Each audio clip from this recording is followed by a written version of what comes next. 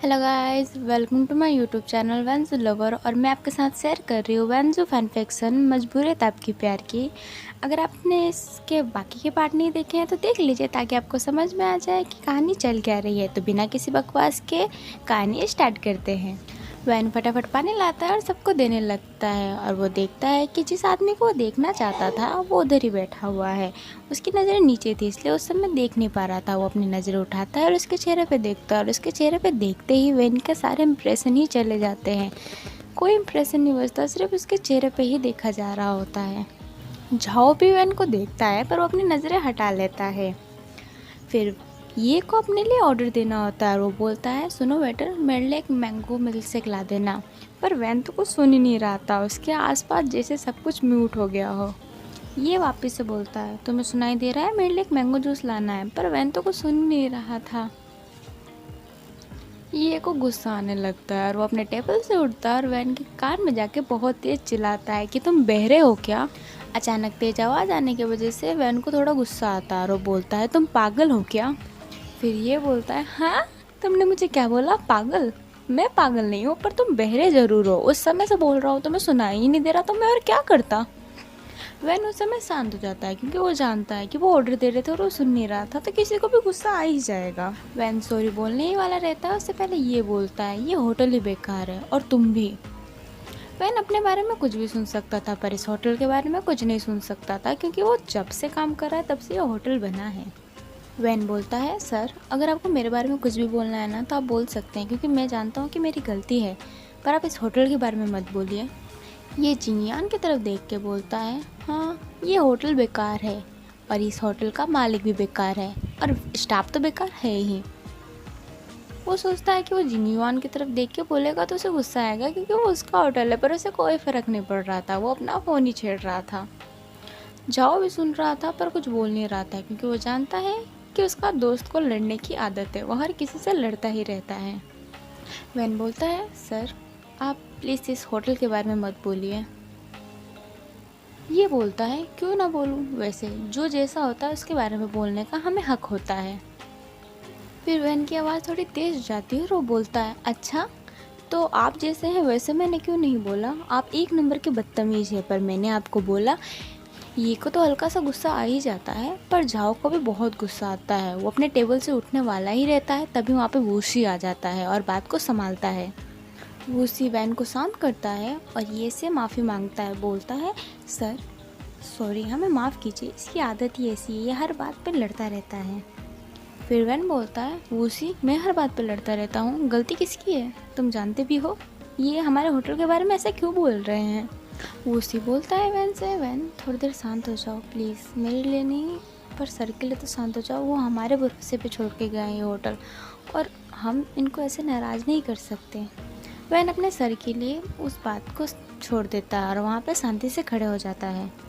फिर वूसी बोलते हैं, सर, ये आप टेबल पे बैठिए, और ये टेबल पे बैठ जाते हैं।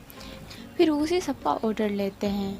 वो पहले जिनयुआन से पूछते हैं, सर, आपको क्या चाहिए, जो उस समय फ़ोन चला रहा होता है और किसी की बात पे ध्यान नहीं दे रहा होता है, पर उसी के आवाज़ से वो उसी को देखने लगता है और उसे ही देखने लगता है।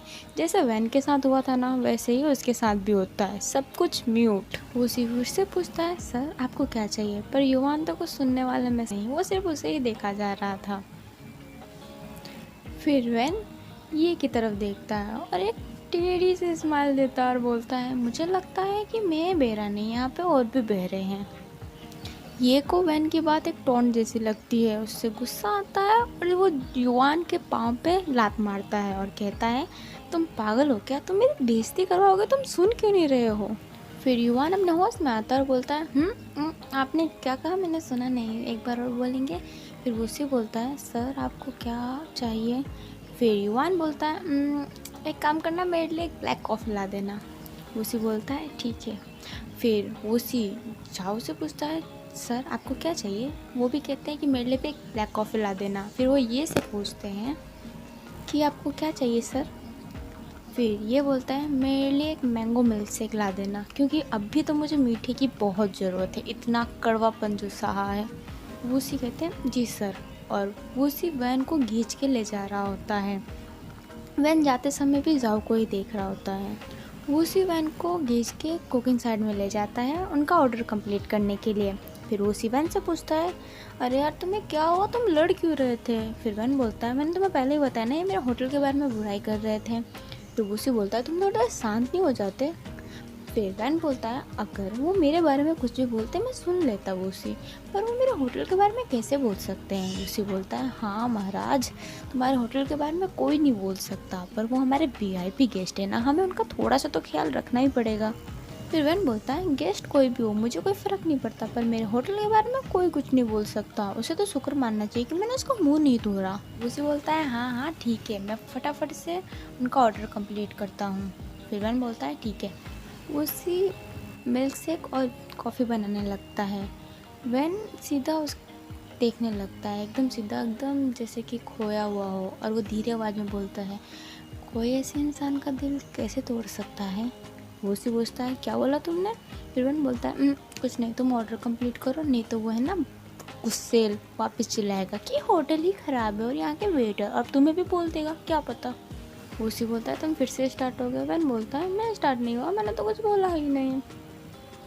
थोड़ी देर बाद ऑर्डर कंप्लीट हो जाता है और वो उसी उस ऑर्डर को ले जाने लगता है। फिर वैन उसे रोकता और कहता है, यार तुम क्यों ले जा रहे हो, वेटर मैं हो, तुम सेफ हो। फिर उसी बोलता है, हाँ ठीक है, पर आज मुझे वेटर बनने दो, क्योंकि अगर तुम गए ना तो मुझे पूरा यकीन है कि तुम लड़ पड़ोगे। फिर वैन बोलता है, यार मैं नहीं लड़ूंगा, अगर वो मुझे कुछ ना बोले तो मैं क्यों लड़ूंगा, मैं तुम्हें पागल लगता हूँ क्या? सही बात है, तुम पागल लगते नहीं हो, पर तुम पागल हो, सच्ची में वैन तुम पागल हो। फिर वैन बोलता है, अच्छा ठीक है, तो इस पागल को ले जाने दो। फिर उसी बोलता है, नहीं। फिर वैन बोलता है, यार नहीं लड़ूंगा, पक्का। फिर उसी बोलता है, सच्ची मुच्ची? फिर बोलता है, सच्ची मुच्ची यार। फिर वैन उस ऑर्डर को ले जाता है, वो उन तीनों के पास जाता है और उन सबका ऑर्डर देने लगता है। वैन की नज़र फिर से जाओ पे पड़ती है और वो उसे देख रहा होता है, पर जाओ उस पर कोई ध्यान नहीं देता। फिर वैन जाने लगता है, तभी ये बोलता है, आज तो मिल्क शेक भी मुझे मीठा नहीं लगा, पता नहीं किस कड़वे इंसान ने लाया है। वैन रुक जाता है और कहता है, शायद कड़वे इंसान के लाने की वजह से नहीं, जो पी रहा है वही कड़वा हो। और ये कहते ही जाने लगता है, तभी पीछे से एक आवाज़ आती है जो कहती है, रुको। वैन पीछे मुड़ता है और देखता है कि उसी बंदे ने उसे रोका होता है, मतलब जाओ ने उसे रोका होता है। जाओ उसके पास जाता है और उसके कपड़े पर लगे हुए बैज जिस पे उसका नाम लिखा होता है वो नाम पढ़ता है और कहता है, वैन केक सिंह, अच्छा नाम है। और वैन केक शोल्डर पे हाथ रख के कहता है, सुनो वैन केक सिंह, बेमतलब का पंगा लेना अच्छा नहीं होता, समझे? फिर वैन हल्का सा मुस्कुराता है और कहता है, समझ गया कि कभी कभी बेमतलब का पंगा लेना भी अच्छा हो जाता है। देखिए ना आप भी, अगर मैं आज इनसे पंगा नहीं लेता तो क्या आप मेरे पास आते? क्या आप मेरे कंधे पे हाथ रखते? नहीं ना, तो ये तो मेरे लिए अच्छा पंगा हो गया ना। फिर जाओ कहता है, तुम्हें पता है मुझे काटने में बहुत मज़ा आता है। वो आगे कुछ कहता कि मुझे पंख काटने में बहुत मज़ा आता है, उससे पहले वैन कहता है, अच्छा तुम्हें क्या काटने में मज़ा आता है? और वो अपने लिप्स को बाइट करता है। बताओ ना। वैन की ऐसी बात सुन के और ऐसे इम्प्रेशन देख के जाओ को थोड़ा अनकंफर्टेबल फील होने लगता है और वो गुस्से से अपने कुर्सी पे जाके बैठ जाता है। वैन भी मुस्कुराते वहाँ से चला जाता है। वो थोड़ी दूर जाता है तभी उसके फ़ोन में एक मैसेज आता है और वो मैसेज देख के वो उदास हो जाता है। फिर ये जाओ से बोलता है, अरे यार क्या हुआ, तुम शांत क्यों हो गए यार? अब भी तो मज़ा आ रहा था, मुझे लगा कि तुम लड़ोगे यार, कितना मज़ा आता, पर तुम तो शांत हो गए। मुझे बदतमीज लोगों से बात करने का कोई शौक नहीं। फिर ये धीमी आवाज़ में बोलता है, अच्छा तो राजकुमार जिन से क्यों बात करते हो? फिर जाओ बोलता है, क्या बोला? फिर ये बोलता है, मैंने तो कुछ नहीं बोला, और अपना मिल्कशेक पीने लगता है। वो तीनों बैठे ही रहते हैं तभी पीछे से एक आवाज़ आती है जो बोलती है, जाओ कैसे हो तुम, बहुत दिनों बाद मुलाकात हुई है ना। वो राजकुमार रहते हैं, मतलब राजकुमार जिन रहते हैं, उनको मैं राजकुमार बोलूँगी क्योंकि जिन जी मतलब समझ में नहीं आता कि मैं उन्हें इज्जत दे रही हूँ या फिर उनके नाम बोल रही हूँ, इसलिए। राजकुमार टेबल के पास जाते हैं और जाओ को देख के मुस्कुराते हैं। राजकुमार को देख के जाओ उठ जाता है टेबल से और उन्हें नमस्ते करता है और उन्हें जन्मदिन की बधाइयाँ देता है। राजकुमार के आने की वजह से युवान का भी चेहरा उतर जाता है और अपना ये तो उनसे बहुत ही नफरत करता है। वो तो एकदम गुस्से वाला मुंह बना के बैठ जाता है। पर युवान तो भी उठता है कुर्सी से, उन्हें नमस्ते करता है और उन्हें जन्मदिन की शुभकामनाएं देता है।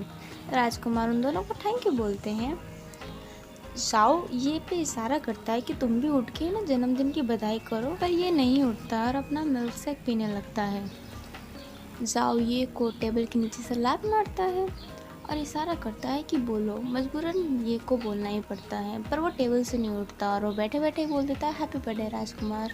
राजकुमार भी ये को बिल्कुल पसंद नहीं करते हैं, उन्हें बिल्कुल पसंद नहीं कि वो आए, पर वो एक जाओ का दोस्त है इसलिए उसे बर्दाश्त करना ही पड़ता है। राजकुमार अजीब सा मुँह बना के बोलते हैं धन्यवाद। फिर राजकुमार भी टेबल पे बैठ जाते हैं। फिर जाओ राजकुमार से पूछते हैं मैं आपके लिए कुछ मंगाऊँ क्या। फिर राजकुमार बोलते हैं नहीं वैसे भी लेट हो गया, आप केक काटते हैं, फिर हमें बात भी तो करना है। फिर ये धीरे से बोलता है बात आपसे बात करने से अच्छा तो मैं जहर खा के ही मर जाऊँ। राजकुमार उसकी बात सुन लेते हैं और उसकी तरफ देखने लगते हैं और वो कहते हैं तुमने क्या बोला।